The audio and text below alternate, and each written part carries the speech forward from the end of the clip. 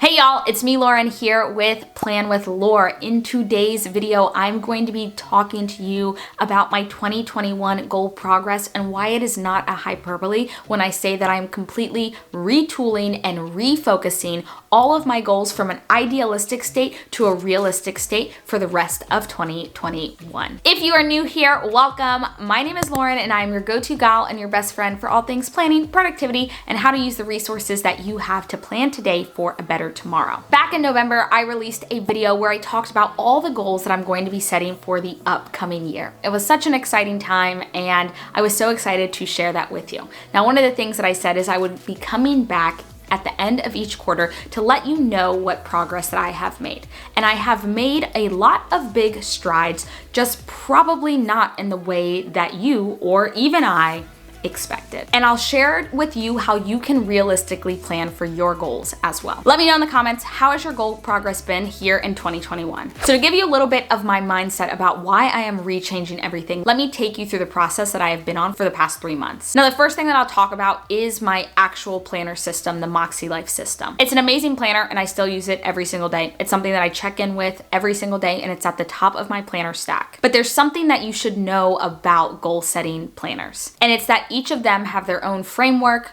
their own methodology, and a system behind goal setting. This system can unlock major progress if it aligns with the way that you see the world. One of the things that I love most about Moxie Life is that it breaks down into 8 different categories of life that you can make improvements in. From health and wellness to spiritual and personal growth to fun and recreation and so many more. That framework to me makes it so easy to hone in on specific goals when thinking about those specific life areas. Moxie Life isn't alone in that specific element of approaching goal setting. In fact, I think most goal setting systems or programs are tailored to thinking about specific areas of your life. The other thing that really resonates with me about the Moxie Life system is that they break down the types of goals that you set. You have stretch goals, which are goals that are aspirational. Stretch goals are goals that stretch your current capacity. And then they have maintenance goals, which are goals that maintain your current lifestyle, habits, or emotional state. And it's really healthy to have a well-rounded mix of these two stretch and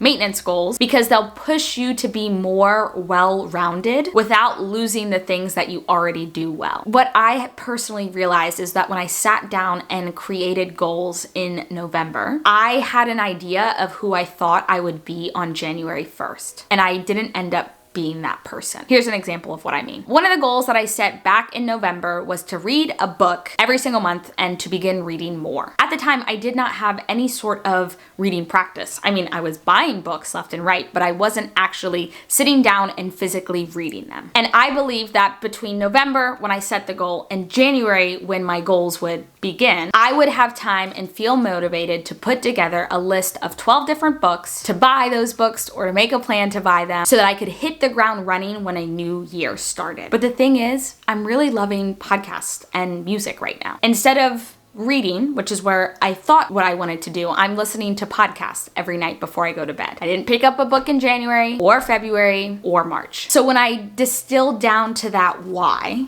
am I not doing those things? It's become so clear to me that I put pressure on myself to feel as if I needed to set goals in all 8 categories that were outlined in my Moxie Life system. I wasn't very discerning when I set out my reading goal. So I set a stretch goal and I didn't create a good plan to achieve it. Honestly, don't even know what I was trying to achieve in setting it. So my problems with the goals that I set back in November are twofold. First, I set too many goals. I thought that I could gain back some of the control that I felt was ripped away from me because of the pandemic by setting so many goals that would catapult me to the state of being that I want to be in. And because I thought it would feel good to work towards a lot of projects when I just spent the past year sitting at home and not doing much. And second, I set way too many stretch goals. Like I said, I thought by January 1st, in those last couple of months of 2020, I would align myself and start working on those routines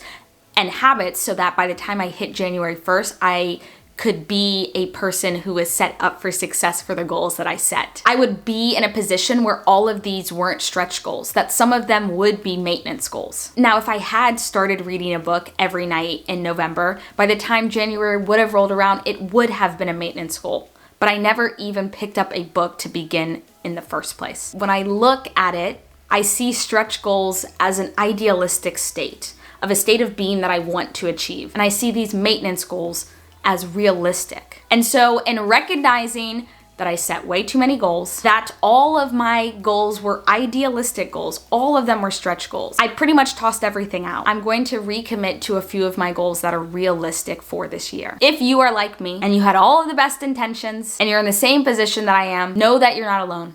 I am right there with you. And I'm here for you. So what are my goals now, and what does that mean for me for the rest of the year? If you saw back in my last video, for each one of my goals that I set, I found a word or a theme that I wanted to work on for each quarter, and I created very specific, measurable actions to be able to take to achieve that. That whole ideology is still staying. I'm just going from 8 goals to 3. The first one is health and wellness related. My theme for the year is strong body and strong mind. One of the things that I really focused on when I was sitting down to reset this goal is thinking about, why is the goal so important to me, and why is that something that I want to go ahead and achieve? So my goal in health and wellness is to train for another marathon. I think back to 2019, which is the last time I trained for a marathon, and I felt the best in my life. Physically, I felt amazing. But one thing about me is I don't work out for my body, I work out for my mind. I get my best ideas and my biggest inspiration when I'm working out, and specifically when I'm running long distances. Having a big race to train for is like therapy for me. I personally think that one of the most special things in the world is race culture, which I can go on a whole nother tangent about on a different day. So I'm committed to creating and carrying out my next marathon training plan for a January of 2022 marathon. My second big goal of the year is to grow Plan with Lore into a sustainable business. Back in Q1, I really focused on learning the types of skills that it takes to run a business and a successful business. And I found out that there is so much that goes into running a business. Legal protections, trademarking, banking, accounting, and those are just to name a few of the things. So when you don't know what you don't know, it's important to focus on some realistic goals that are going to be achievable for this year in regards to creating a sustainable business. Ultimately, my goal for Plan with Lore is to create a sustainable home and community for people to learn how to plan. And my third goal, generally speaking, would fall under the personal category, but it is to foster my creativity. Back in Q1, my goal was to pick a hobby that was just for me, something that I really didn't share on social media, and something that I could use as a creative outlet. And I found that. I'm doing the Ali Edwards One Little Word project. And I want to dive deeper into that. I don't just want to sit down once a month and do something. I want to do something that is more sustainable. You know, for me, that includes creating and implementing a journaling routine, which I have started, actually reading a book, but when I want to, not because I feel like I have to complete a goal, and trying out new different hobbies and activities and spending time outside. Those are all things for me that foster my creativity, and I really want to lean into that. Now, in one way, I am taking away the pressure of my previous 2021 goals, but I'm not completely throwing them away. Just even filming this video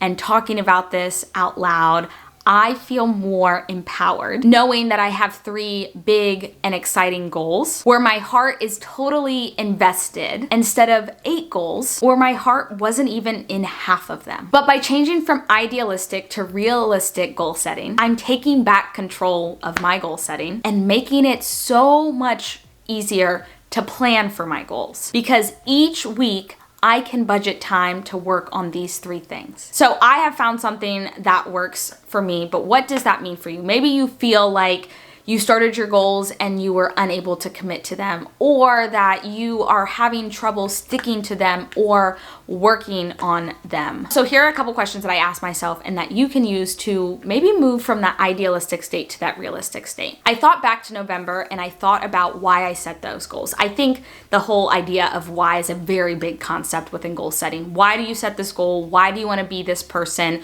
All of those things. So I thought back to who I was in November and why I set those goals. But then I took stock of who I am today. In March of 2021, who I am. And does that idealistic why resonate with the reality of what my life is? And in many cases, it didn't. And for me, a lot of it had to do with that my heart wasn't in it, that I put this undue pressure on myself, and that I just simply did not have time. So the biggest thing that I can give you, the biggest tip that I can give you to help plan your week is thinking about creating a realistic week. Now, I had a video that was called Creating Your Ideal Week that talked about the same concept. So I'll pop it up here if you want to go ahead and check it out. But the whole idea is sitting down and figuring out what exactly your week looks like. This can be done in anything. You can do it on a piece of notebook paper if you wanted to, but you want to create an outprint of what your week looks like. And again, looking at this through a lens of realistically what your week looks like, not idealistic. So on my week, things that I have are my work schedule, and I have the TV shows that I tune into no matter what, because those for me are a priority. And then I look at where I have time. The biggest example that I can give you for this is Mondays. So I work a 9-to-5 corporate job, and my schedule begins before 9 to 5 because I got to wake up and I got to get ready and all of that stuff. So pretty much by 8 a.m., I am getting ready from 8 to 9 a.m. and I'm logging on to my first Zoom call by 9 a.m. Now I'm realistically not really logging off till 5, maybe 5:30.